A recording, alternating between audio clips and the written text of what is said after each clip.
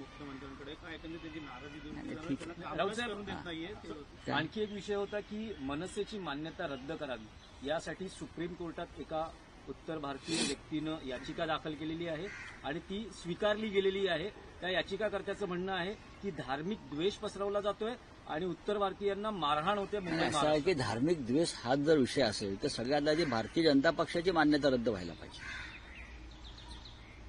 धार्मिक द्वेष धर्मांधता पसरवण्याचं जर काम कोणी करत असेल तर या देशात भारतीय जनता पक्ष करत आहे.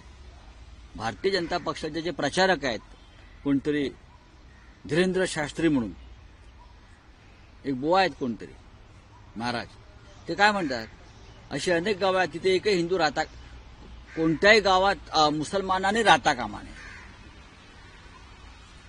गावात मुसलमानाने राहू नये, फक्त हिंदूंनी राहावं अशा प्रकारची भाषा या देशात करणारे आहेत. आणि त्यांच्या दर्शनाला नरेंद्र मोदी जातात मुद्दाम, म्हणजे नरेंद्र मोदींची त्या शास्त्री बुवाच्या म्हणण्याला मान्यता आहे. मग हा जर विषय असेल धार्मिक द्वेष पसरतोय म्हणून मान्यता रद्द करा, मग सुरुवात भारतीय जनता पक्षापासून केली पाहिजे. मनसे वगैरे नंतरच्या गोष्टी आहेत. बोलिये. शिकवण्यासाठी आता शिवसेना देखील धडे घेणार आहेत. काय मराठी शिकवण्यासाठी दुबे हे आता शिवसेनेकडून धडे देणार आहेत. त्याचं उत्तर भारतीय सन्माननीय शिवसेना मैदान आतापर्यंत पाहायला मिळालं.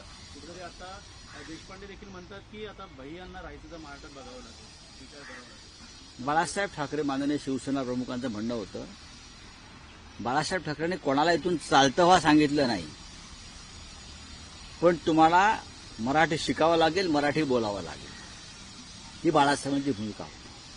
आणि जर कोणी मराठी शिकत असेल आणि मराठी शिकवण्याची जबाबदारी कोणावर आली असेल तर त्याच्यामध्ये काय चुकीचं असं मला वाटत नाही. जर आम्ही एखाद्या दुसऱ्या राज्यात राहत असतो, आमचे कुटुंबीय तेलंगणामध्ये हैदराबादला असंख्य मराठी लोक राहतात आणि ते तेलुगू बोलतात, तिकडली भाषा. केरळमध्ये असंख्य मराठी लोक राहत आहेत, त्यांना उत्तम मल्याळी येत आहे. लखनौला राहणाऱ्या आमच्या लोकांना, दिल्लीत राहणाऱ्या आमच्या लोकांना उत्तम हिंदी येत आहे. त्या राज्याची भाषा यायलाच पाहिजे. आणि ती जर कोणाला शिकण्याची इच्छा असेल आणि शिकून ते मराठीची सेवा करणार असतील महाराष्ट्राची, तर त्यात चुकलं काय?